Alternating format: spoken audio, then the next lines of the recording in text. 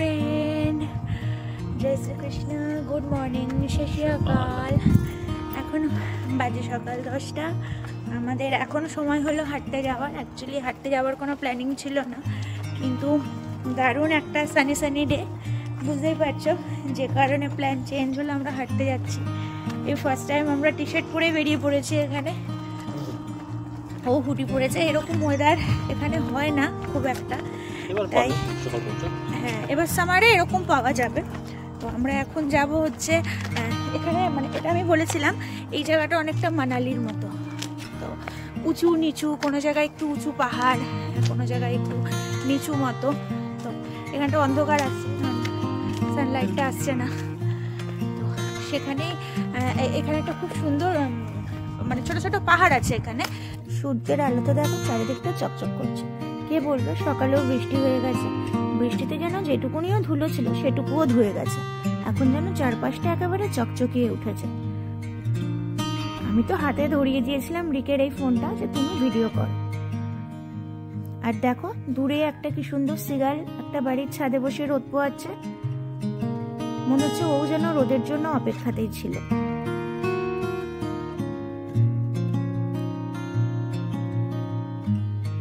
আকাশ, ঘাস, বাইরের সবকিছু একেবারে মন জুড়িয়ে যাচ্ছিল যেন দেখে।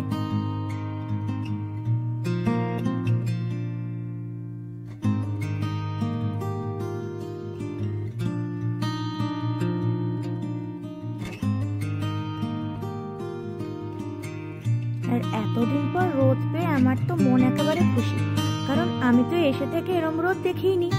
সবসময় বৃষ্টি আর বৃষ্টি। আর একটা জিনিস দেখাবো, দেখো ওই যে দূরে দেখা যাচ্ছে ওই চালটা, ওই চালটাতে যে সাদা সাদা গুলো দেখছো না, ওগুলো কিন্তু ভর্তি সিগাল। মনে হচ্ছে দেখো যেন ফুলের পাপড়ি। ওরা রোদ পেয়ে ওই ছাদটায় সবাই মিলে বসে আছে। চলো এবার আমাদের এগোনো যাক। আমরা যাব ওই দূরের রাস্তাটায়। একবার ঘুরিয়ে দেখিয়ে দিই তোমাদের।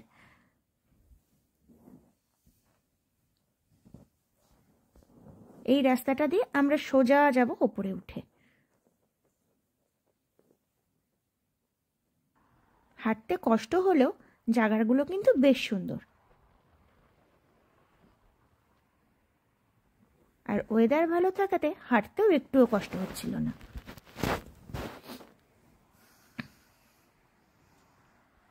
দেখো দেখো শুধু আমার ইউকেতে আসার পর এই ফার্স্ট টাইম এত সুন্দর ওয়েদার আমি আজকে পেয়েছি। তো আমি এই চান্সটা হাত থেকে যেতেই দিতে চাই না। আমি রিকের তো প্রথমত কোনো খাবার ওর অসুবিধা হয় না। ও সব থেকে ভালো খায় মার ভাত, মানে ফ্যান ভাত, যেটা আলু ভাতে দিয়ে, সেটা করে দিলেও হবে। কিন্তু আজকে ঘুরবো। হ্যাঁ না না, আমার হাত দিয়ে চলছে তো।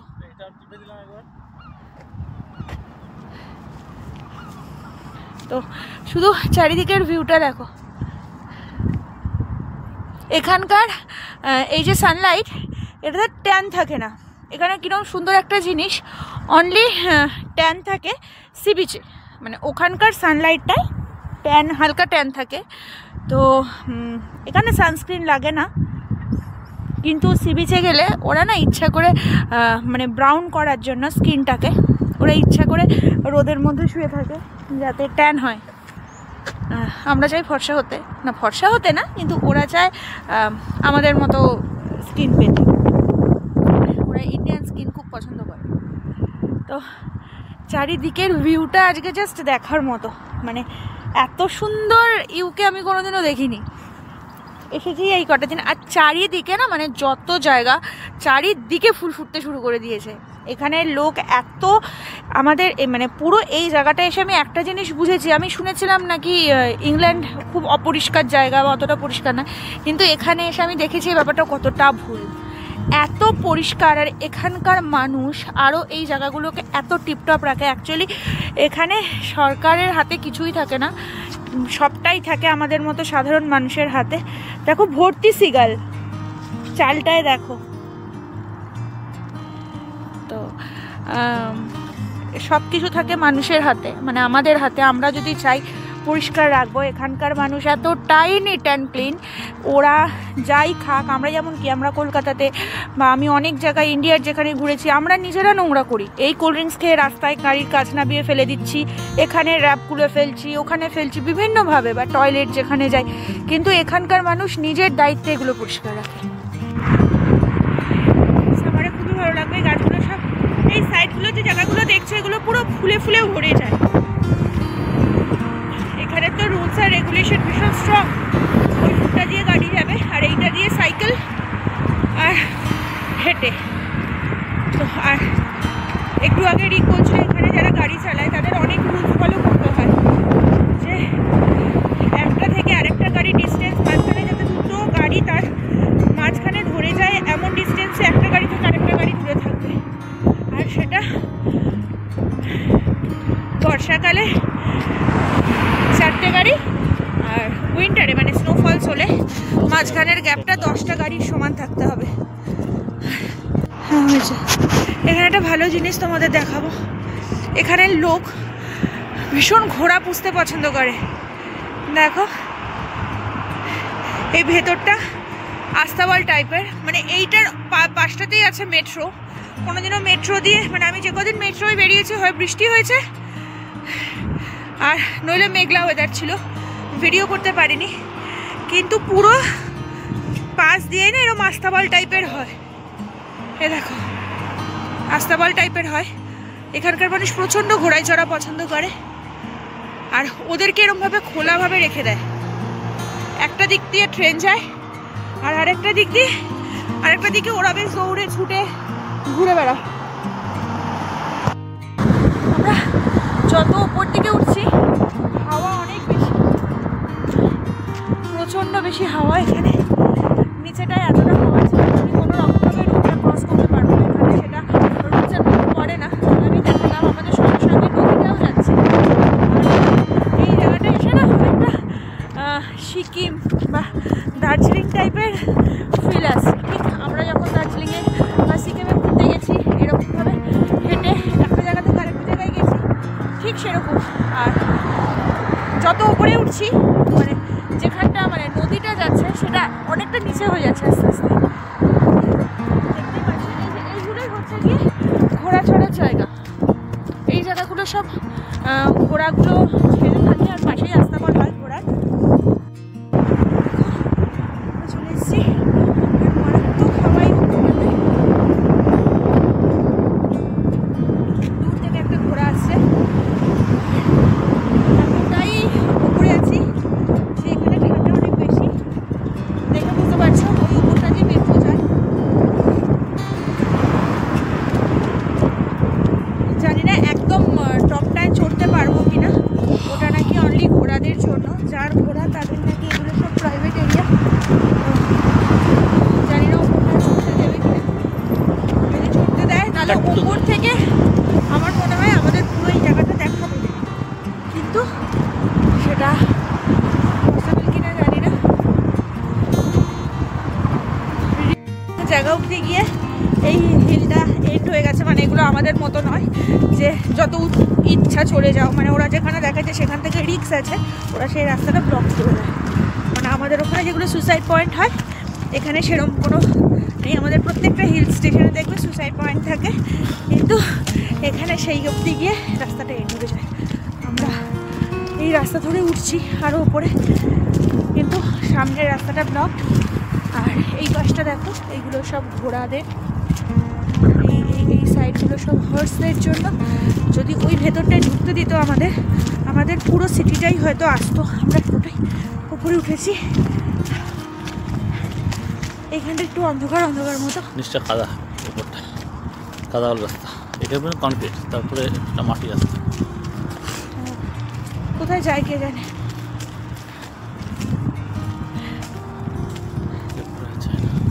চল আর দিকে একটু এই যে দেখো এইখানে এসে রাস্তাটা এন্ড, আর ওরা উপরে উঠতে দেবে না।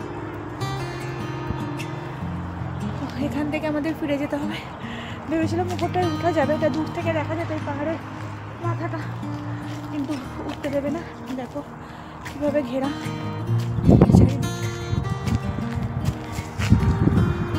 এরা কিছুতেই অত রিস্ক নেয় না। চলো এবার ওই দিকটা অনেক উঁচু দেখাচ্ছে, ওই দিকটা থেকে যাই। দেখো আমার পেছনের ব্রিজটা কত ক্লিয়ারলি দেখা যাচ্ছে।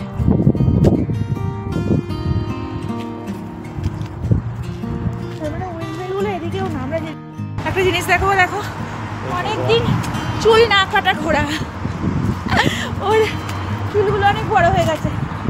এই দেখো বাবা, কাটে যেতে ভয় করে, যদি ওই পেছন পা দিয়ে একটা চাক করে মেরে দেয়, ছিটকে আবার বাড়ি চলে যাবো। ওর মনে হয় অনেকটা ছোট।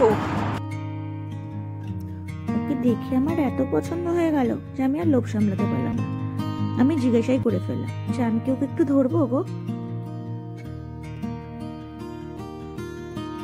তবে যে আঙ্কেলের ঘোড়া আমি ওকে দূর থেকে এমন ভাবে দেখছিলাম, সে মনে হয় বুঝতে পেরেছিল যে সে আমাকে বললো তুমি কাছে এসে আদর করো। তো এই সুযোগ তো মহা সুযোগ পেয়ে আমি আর রিক এগিয়ে গেলাম। দেখো, আর ও খুব ভালোই আদর খাচ্ছিল, কিন্তু বলেছিল ওর লাগামটা ধরে রাখতে, কারণ ও তো আমাদের চেনে না, আর ও ভয় পেতেই পারে। ভয় পেয়ে যদি আবার ওর সেফটির জন্য আমাদের মেরে দেয়, সেটা একটা খুব ভালো কথা হবে না।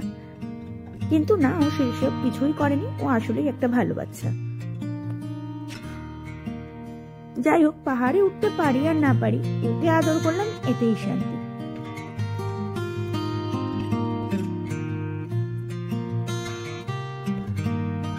ওকে ছেড়ে যেতেই ইচ্ছা করছিল না। মানে আমি আর রিক ওকে কত রকম ভাবে যে আদর করছিলাম, কি বলবো। কিন্তু কি করবো বলো, ছেড়ে তো যেতেই হবে। কি সুন্দর ও সারা গায়ে না বড় বড় পশমে ঢাকা। হয়তো শীতের দেশের জন্যই এরকম, ও আমাদের দেশের মতো, দেশের ঘোড়ার মতো ঘোড়া না।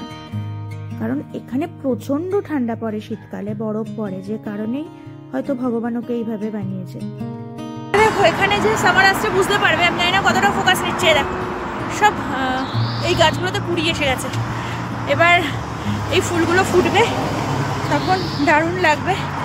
আমরা চলে আসছি তো ঘোড়াটা এমনভাবে দেখাচ্ছে, মনে হচ্ছে যেন ওর খারাপ লাগছে। তো এখানটা পুরোটাই মানে ওই ঘোড়াদের থাকার জায়গা মনে হচ্ছে। হ্যাঁ, আর এই ওপরটাতে অ্যাম্বুলেন্স, ওর খারাপ লাগছে। তো এখানটা পুরোটাই মানে ওই ঘোড়াদের থাকার জায়গা মনে হচ্ছে।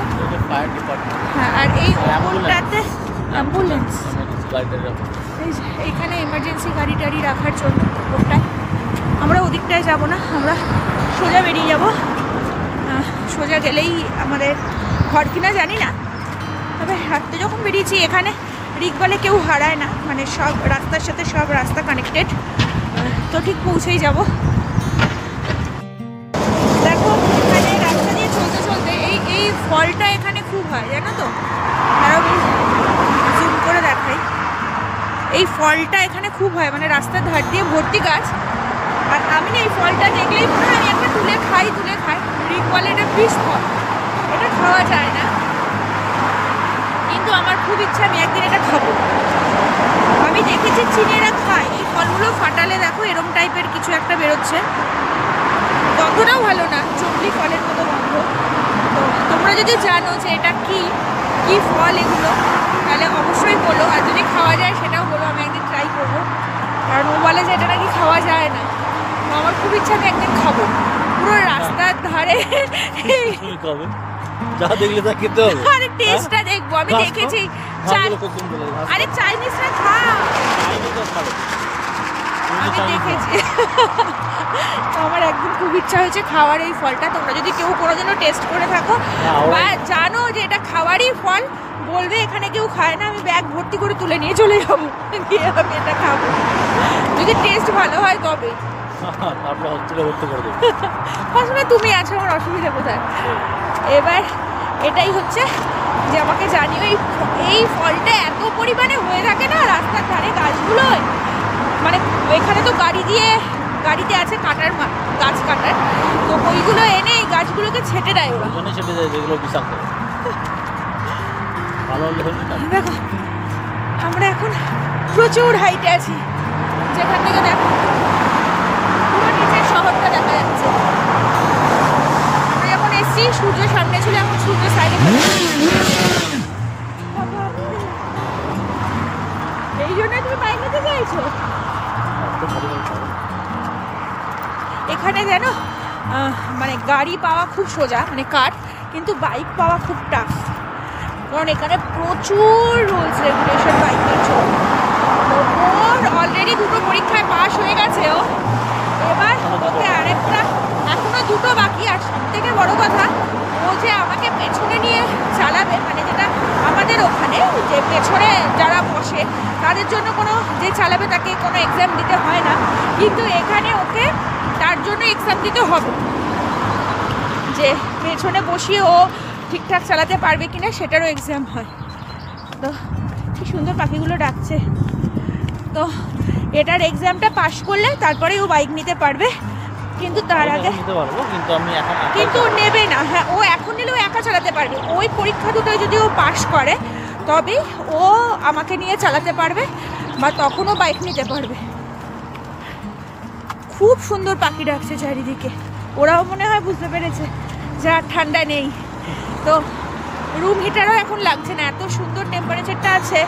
কালকেই ছিল 12 না 13, মানে 12, এখানে যেটা 12-13 সেটা আমাদের ওখানে 5-6-এর মতো, মানে আমাদের কলকাতায় যে ঠান্ডাটা পড়ে তার 5-6-এর মতো, কারণ এখানে প্রচণ্ড হাওয়া থাকে, প্রচণ্ড, মানে এটা সারা বছর, সেটা যে সিজনই হোক, সামার হোক, অটাম হোক, স্প্রিং হোক, প্রচণ্ড হাওয়া থাকে। এখন যেমন এই দিকটায় যেমন হাওয়াটা একটু কম, তাই ভিডিওটা করতে পারছি। বেশিরভাগ ভিডিও না করে আবার কেটে দিতে হয়, মানে এতটাই হাওয়া যে হাওয়ার আওয়াজে কথা শোনা যায় না। তো জানি না আরও কতটা গেলে ঘর পৌঁছাবো। চলে এসছি? ও হ্যাঁ হ্যাঁ, আমরা চলে এসেছি। এখানে না দেখতে খুব দূরে দূরে লাগে জায়গাগুলো, কিন্তু অতটাও দূরে না, মানে বলি না সবসময় মেট্রো স্টেশনে একটা স্টেশনে থেকে আরেকটা স্টেশনে যেতে 2 থেকে 3 মিনিট লাগে, তার মধ্যেই পৌঁছে যাবে। আমাদের আজকের মতো ঘোরা শেষ। বেরিয়েছিলাম তখন 9:30 মতো হবে হয়তো, বা 9:50। এখন কটা বাজে? কি গো? 11:30। এতক্ষণে ঘুরে এলাম হেঁটে হেঁটে। এবার গিয়ে রান্না বান্না করতে হবে। আজকে আর বেরোবার কোথাও ইচ্ছা নেই, তো আজকে বাকিটা ঘরেই থাকবো। ওকে, চলো টাটা, আবার দেখা হবে নেক্সট ভিডিওয়ে। মানে আমরা এত হেঁটেছি যে হাঁপিয়ে গেছি। ওকে টাটা। দারুণ ওয়েদার, দারুণ, মানে সময় পেলে একটু রোদে দাঁড়াবো, যেটা বাড়িতে কখনোই আসে না, মানে ঘরে রোদ ঢোকে না।